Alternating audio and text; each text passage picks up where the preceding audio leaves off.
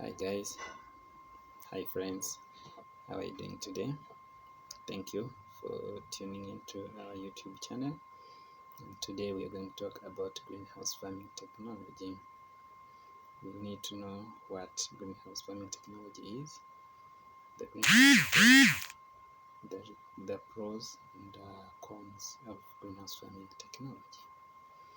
Yeah, what is greenhouse farming technology? Please, if this is your first time to tune into this channel, please remember to press the subscribe button so that anytime we produce something like this, YouTube will automatically let you know, will notify you. Yeah, let us go back to the main issue. What is greenhouse farming technology? What are the principles behind the greenhouse farming technology? What are the pros and the cons? Greenhouse farming technology is a practice of growing crops within a controlled environment. It's usually under a covered structure. The cover on the structure is usually a transparent or partially transparent material. The purpose of a greenhouse is to provide favorable growing conditions for the crop, to protect the crop from unfavorable weather or various pests. The principle behind the greenhouse farming technology is the greenhouse effect, which is the process when gases in the atmosphere trap the sun heat such that the process makes the earth much warmer than it would be without the atmosphere. Greenhouse stays warm inside because of this effect when outside it's very warm. So that trapped heat inside the greenhouse is retained so that even when the outside condition is changed, the environment inside the greenhouse is maintained. So the sun comes, warms the plants and the air inside the greenhouse, and at night when outside is cold, inside still remains warm. The greenhouse cover retains the sun heat. In other words, the carbon dioxide traps the sun heat. That's all the principle behind greenhouse farming technology. There are several pros and cons of greenhouse farming. If we can start with the pros of greenhouse farming, let me first outline them. We have increased production, we have minimized production risks, we have increased pests, weeds and disease control. There is the ability to produce throughout the year, even during off season. Yeah, those are basically the major ones that we're going to look at right now. With increased production through an implementation of intensive agriculture, the farmer is able and can provide an increased crop production. You have controlled optimal climatic conditions needed for the crop plant growth, and you are able to grow plants per square feet as compared to a farmer who is doing farming on an open field. Yeah, so you are able to maximize production per square feet. The other con that we will talk about is the minimal production risks. Minimal production risks will include the fact that farming is being done in an enclosed space. This can help prevent the damage from climatic changes and other related effects. Then we have the sudden increase or drop in temperature, which would otherwise be a problem in an open field. And yet here in greenhouse farming, because you have a structure which is covered, the effects of temperature drop or increase will not necessarily affect you. This keeps plants away from pests like birds, insects. Yeah, especially if you maintain the structure in good condition and you provide the necessary professional skills. The other pros is the maximum profits, but this particular one must be combined with the practices and the strategies such as hydroponics. Yeah. In other words, resources are utilized in a more efficient manner, especially if you're using drip irrigation, where the water is particularly applied to the specific point where the plant is. Even when you're applying the fertilizer, it's specifically applied to the plant, and so there's no wastage. There is less wastage. Yeah, labor in the greenhouse is limited because let's say like you use plastic mulch. This will reduce on the invasion of weeds, and therefore you will not need so many people to do the weeding in this particular different area where you have the plant.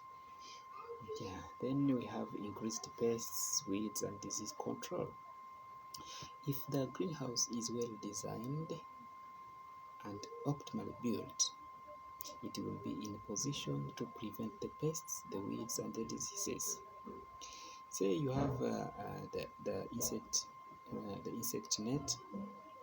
The insect net will keep the insects away from the entry to the greenhouse.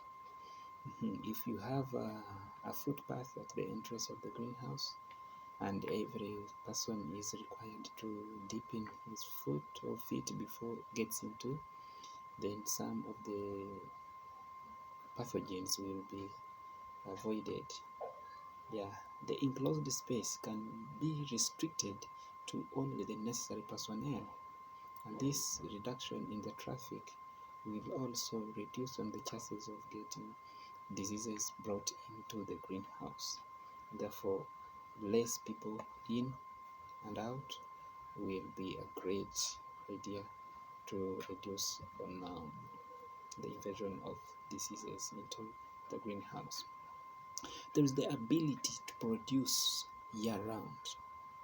With greenhouse farming technology, because you have all the you have the environment in the structure controlled, you can produce at any time. The crops will produce independently to the outside environment, and this can create the right climate inside the greenhouse. Then we have more stability and security. Since no dependence on the external environment, there is increased stability on both the crops and the workers. Yeah, the crops have no influence from outside, and therefore it will have the stability and it will produce efficiently. Now let's talk about the cons. Several cons are listed below.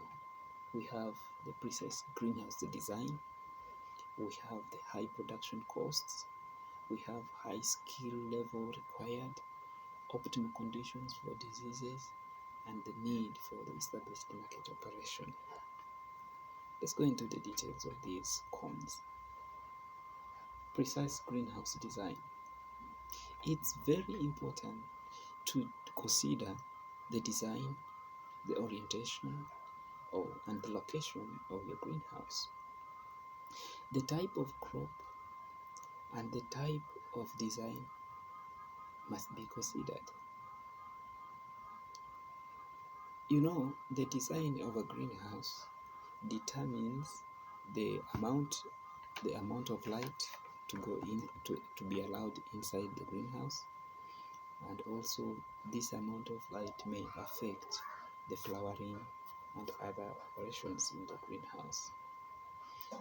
And then the orientation also You will need to know that the runoff and the wind direction also affects. Say like tomatoes, which have the female and male organs on the same flower, they need the wind to shake them so that pollination can be effectively done. And if this is not done naturally, then you will need to do pollination manually or even assist in this process. So it's very important to know the direction or the orientation of your structure. So that's why we are talking about the precise greenhouse design. Okay, so in summary, please keep in account for location, the type of crop, the orientation, and the technological odds. Okay, remember, poor design affects the desired results from your greenhouse. High production cost. Yeah, we have the operational costs, maintaining adequate conditions, then the professional guidance from agronomists, yeah, then temperature maintenance in the greenhouse. All those require, they will push you into high production costs. Then we have high skill level required, the professional and trained personnel to run the operations in the greenhouse. Say the nutrition and protection programs for the crops, the fertilizer applications, the professional skills required in the construction itself. Yes, then the daily and routinely guidance from the professionals. All these require some costs. Optimal conditions for disease. Yeah, whereas we are talking about the favorable conditions for the crop in the greenhouse. On the other hand, these conditions, if not properly maintained, can also lead to optimal conditions for the pests and the diseases. And if they are not implemented properly, pests, diseases can thrive and can grow very fast in this greenhouse. There's need